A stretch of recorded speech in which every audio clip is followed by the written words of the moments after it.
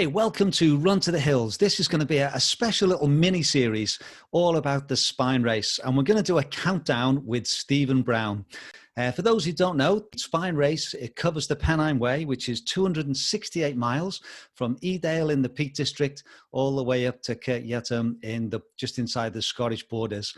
And I really wanted to follow the journey of Stephen Brown, who's done the race 5 times already, and he's attempting his 6th race in 2021. So we thought we'd do a countdown, and we'd do a number of episodes over the next 13 weeks to give an idea of how to prepare for the spine race. So thank you very much, Stephen, for joining us today. It's now Sunday, the 11th of October. So the race is 13 weeks today it starts. This time in 13 weeks, hopefully you'll have started off and you'll be making your way up to Scotland. But we're going to find out a bit more about the race in a moment and one or two things. But maybe just to start with, you can just introduce yourself for those who don't know anything about you. My name's Stephen. I've been doing long distance races, ultra races, probably for about 9 years now, since I hit my 40s. And 5-6 years ago, I became aware of the spine race, which is still relatively early on. This year, it will be the 10th running of the spine race. So I became interested about 4 years in, and it seemed like a natural progression from ultra running. I'd done 100-mile races and I was looking for something a bit more of a challenge. So I entered it, and my first year was 2016, and I've become hooked. I've been back every year since, and it is one of those races which, because of the length of it and the different weather and the number of days, it can be very different year on year. So there's always something new in it for me, which has kept me going back so far. Yeah. Now, I think, Stephen, you're quite unusual in some ways, in the sense that there's loads of different races out there, ultra races, but you have 2 favorites, don't you? You have the West Highland Way, which you've done 9 times, 10 times? No, I've done that 7 times. This 7 year would times. have been 8, Yeah, unfortunately. Yeah.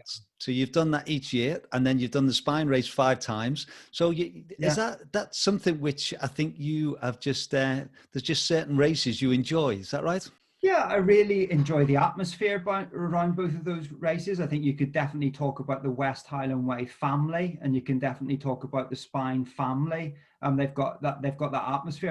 I'm sure there are lots of other races out there which will also have their own families, in that sense. But I particularly like the atmosphere around those races. And then the other thing I think is, if I do the same race year on year, it gives me a baseline.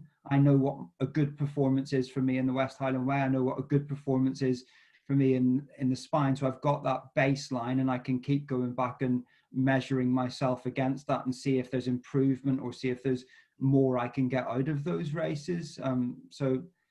Maybe I'm unadventurous. Maybe that's what keeps me doing it. Or maybe I'm just I'm very loyal. I'm brand loyal to these races. There's just one of the races that I would like to mention that you did last year, I think, the Monarch Way. So just tell us a little bit about that one. 2 years ago. I really enjoy long races. I think that's where if I have any strengths, I sort of come into my own. The longer a race is, the more I'm become sort of in my, well, comfort zone isn't right, but it sort of plays to my skills, shall we say. And the Monarch's Way is 615 miles. And the first 2 years it was run, nobody managed to finish it.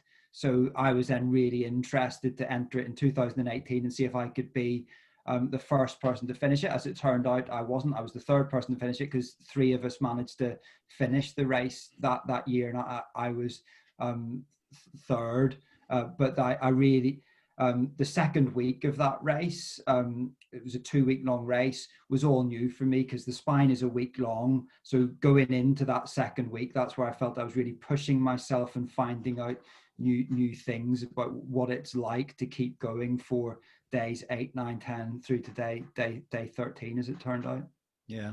And I know for the West Highland Way podcast, which I do, I interviewed you after that race, and I'll put a link on that so people can listen to that, because it goes into a lot more detail about that race and what it was like. The YouTube episode is going to be all about the Spine Race, and we wanted to do a bit of a countdown. So we'll do some regular episodes, and each episode we'll find out how you're getting on, and then we'll also have a top tip, some of the things that you've learned over the 5 years of doing the race. Because I know we've ran together a few times and we've become good friends. And I think you're someone who really thinks through how they do things, both mentally and physically, also with kits, with checkpoints. So I think you have a lot to teach and a lot to share with those that might be interested in doing the Spine Race. So that's going to be the plan over the next few weeks. So just maybe tell us a little bit about what attracted you to the Spine that first year. I think the thing which attracted me the first year was just that sense that I've talked about. Well, I've done a 100-mile race. What is the next step up from a 100-mile race? And actually, at that point in 2015, when I was looking at it, there weren't many races longer than 100 miles. Now there's a growth of the 150 to 200 mile race. There's quite a few 200-mile races now, but that didn't really exist. Actually, what I would say, and one of the things I've learned about the Spine is not a 268 mile ultra marathon. I've done a 200-mile ultra marathon, which is properly a running race for 200 miles. I did that one across Britain, a coast to coast one. The Spine is actually a multi-day foot race, and because of the amount of kit that you've got to carry, because of the terrain underfoot, it's not really like an ultra marathon. And some of the people who do very well in it are adventure racers and orienteers more than ultra marathon runners. But what attracted me that first year was literally the sense of adventure of, well, what's the next step up from a 100-mile race like the West Highland Way or other races I'd done. What keeps me going back is it actually quite different from ultramarathon races. It's a multi-day adventure race, and so it sort of plays to a different skill set really than just than running. And that first year in 2016, you took 6 days and 22 hours. And so can you remember your sort of feelings during that first race? I can remember. I've got very vivid memories of particular points and a range of sensations in it. I can remember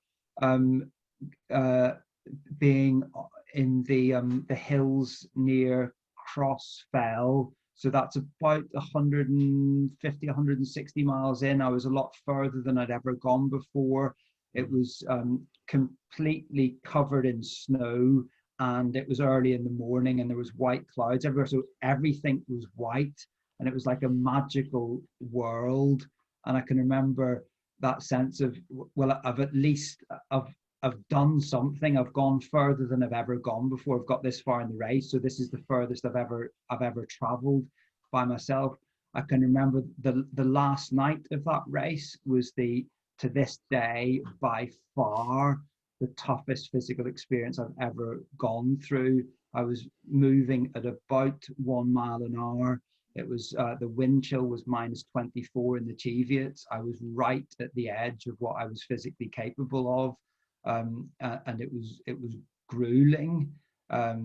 I have a very vivid memory of that, and I have a vivid memory of coming down off the hill, getting beneath the snow line. The race organizers were coming back up the hill to sort of mop up the back markers like me. And I remember Phil, who's one of the race organizers, drove past me in a Land Rover, and he wound down his window and said, "Well done." And I burst into tears and said, "Do you think I've got enough time to finish the race?" Because I still thought I was going to get timed out. I was only 2 miles from the finish line. He said, yeah, you've got bags of time. I had about 90 minutes to spare. And then that sense of relief that having put in this much effort, I was actually going to finish the race. And I can remember touching that wall and bursting into floods of tears. Well done. I think one of the things that we covered on Run to the Hills was emotional finishes. Yeah. And I know we both did the Dragon's Back last year. We shared a tent together. And I think that for me was one of my most emotional finishes. And I can imagine your spine ones are certainly up there with your emotional finishes, aren't they? I've never recaptured that sensation of I've never had the same emotional reaction as I did the first year. I sent you a little montage of pictures of me at the finish line, and you can see the first year that I'm actually in tears at the finish line. And then this year, 2020, when I finished, I have a massive smile on my face. I think one of the things about doing a race like that year after year is you sort of go slightly beyond that sense of relief at finishing it, and you can actually enjoy aspects of the race that you maybe don't enjoy the first time because there's a lot less pressure.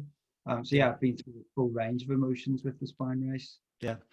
Just now, Steve, I'm going to play the little clip of the end of this year's race, the 2020 race. The Montane Spine Race have a great film crew, don't they? I think this was a little bit more someone's phone, maybe. So the quality is not brilliant. It's a bit jerky, but it just gives a real, your emotions at the finish there, finishing the race, coming to the wall, and then just explaining. And you're asked sort of how you feel. And so we'll just play this because I think it's your raw emotion in a sense at the end of finishing in the race. Yeah, what brings you back over and over? The fact that it is different every time. I learn different things about myself every time. I owe a lot to this race, and so far I wanted to keep coming back to get more of it. I feel like a very different person from the one who came down off the hill and touched the wall in 2016 to the one who does it today. So yeah, it's all good. Wow, fantastic. Well, congratulations again. Thank you. Let's get you in the wall.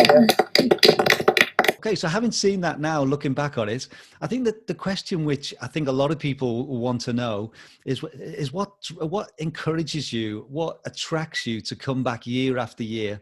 You've done it 5 years on the run. Which I think is the only person who's done that. So what's your motivation to keep coming back? Well, I say in that clip, I think that, I learn different things about myself every year. When you're completely exhausted, which any average athlete like me is going to be after 5-6 days of moving. I think the first year I did it, I had 9.5 hours sleep over the course of a week. Generally these days I try and get more like 14-15 hours sleep over the course of the week, but in any event you're going to be completely exhausted. You're stripped right back to survival, and you learn a lot about yourself, your abilities, your priorities. It's very easy for me living at home to take my family for granted. And when you're in the middle of nowhere by yourself at 3 o'clock in the morning, and you think about your family and how important they are to you, and how that support and love that I get from my family enables me to do things like this, it's revealing. It's important. I get that out of it, and in different ways every year.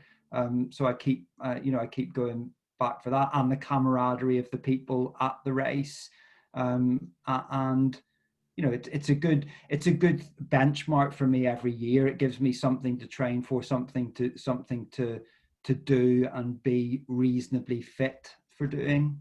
I was going to say, I think you've spent all that money out on the kit, so you might as well get to use it every year, mightn't you? Yeah. Yeah. Okay, so now you've entered for 2021, and I know this one is a special one, isn't it? Not just the 6th on the run, but it finishes on your birthday. Is that right? Yeah, that's right. It'll be my 50th birthday. So the race this year finishes on the 17th of January.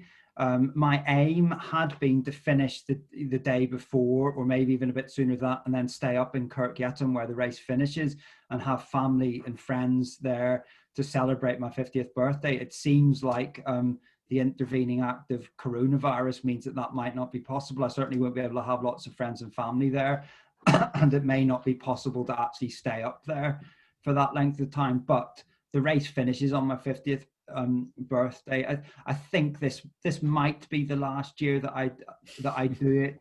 I keep saying that. It might be the last year that I do it. But it would be a big one for me. Okay, so this race, or the next year's race, is 13 weeks away. So as I say, over the next 13 weeks, we're going to have some regular updates and to find out how your training's going. So I'm just interested to know, Stephen, at this point, where are you at physically and maybe even mentally in the sense of preparing for next year's race? I would have to be brutally honest with myself as much as anything about that. Physically, I'm about as out of shape as I've been in many years. That's partly laziness, but also working from home, which I've had to do like a lot of people. I've found quite stressful. It's been time consuming. And I haven't prioritized or been able to prioritize the physical side of training the way I might have liked. So I'm out of shape. Like a lot of people, I've put on weight throughout lockdown. Mentally, I'm in a good place because I'm positive about doing the race. And also I have the advantage of having done it 5 times, which makes a big difference. I don't have that sense of sort of doubt about whether I'm capable of it or not. So sort of the 2 different scales. Mentally, I'm good. Physically, I'm not great, but I know I've got 13 weeks. And one of the big lessons I get out of a race like the Spine is when something goes wrong, and lots of things will go wrong over the course of the week, what you've got to do is make an instant decision, right? What can I do to address this situation? So I know that I'm physically out of shape. We're starting to do this series. You're going to sort of speak to me. I'll be accountable to that. What can I actually do in 13 weeks? I'm not going to become athlete of the year over the course of 13 weeks, but there are things I can do in that time. I can drop weight. I can spend long weekends out in the hills, just putting a bit more sort of tone and muscle back into my legs. So I've got to address the things that I can do and not fret about the things that are outside of my control at this stage. I thought it'd be quite fun, Stephen, to sort of each time we meet, just to get a sense on a scale of 1 to 10. And I thought if we do it physically as a scale of 1 to 10, and then mentally a scale of 1 to 10, and 10 hopefully would be on the start line, prepared physically and mentally for the race. Yeah. So we're hoping that you'll be a 10 on January the 10th, the race starts. So at this point, 13 weeks away, on a scale of 1 to 10 physically, where would you put yourself? I put myself 2 out of 10 physically. Okay, 2 out of 10. So we'll write that down and we'll see where we get to over the next few weeks. And then mentally, on a scale of 1 to 10. I'd say I'm 7.5. I'm positive about the mental side of it, and what will make the difference between 7.5 and going up is actually once I start to improve the physical side and get some proper training in, then I think the mental side will go up. That's my biggest area of doubt at the minute is, well, I'm carrying this extra weight. I haven't done that many sort of hours of training, and that brings in sort of mental doubt. So I'd say 7.5 at the minute for that. Okay. And just to let people know, over these episodes, we're going to tackle a different aspect of the Spine Race each time. So we'll find out a bit about your training, how that's going, and hopefully we'll see that 2 out of 10 creeping up each time we speak. But we're also going to just highlight and talk about a different topic. So we're going to think about checkpoint strategy, sleep, kit, mental endurance, your pacing strategy. And we'll take one of those each time, and hopefully you'll be able to share your wisdom with us and be able to help people. And if there are people listening to this, watching this, who have got something else they'd like Stephen to talk about and we could chat through, please leave a comment and we'll add those in as well. And there might be other things that you would like to find out about, and if you're doing the race or it's a race that you would like to do in the future. So we look forward to those, and I'm looking forward to catching up regularly and seeing how things are going. But thanks for doing these, and I say we're really looking forward to following your progress to your 6th Spine Race. Brilliant.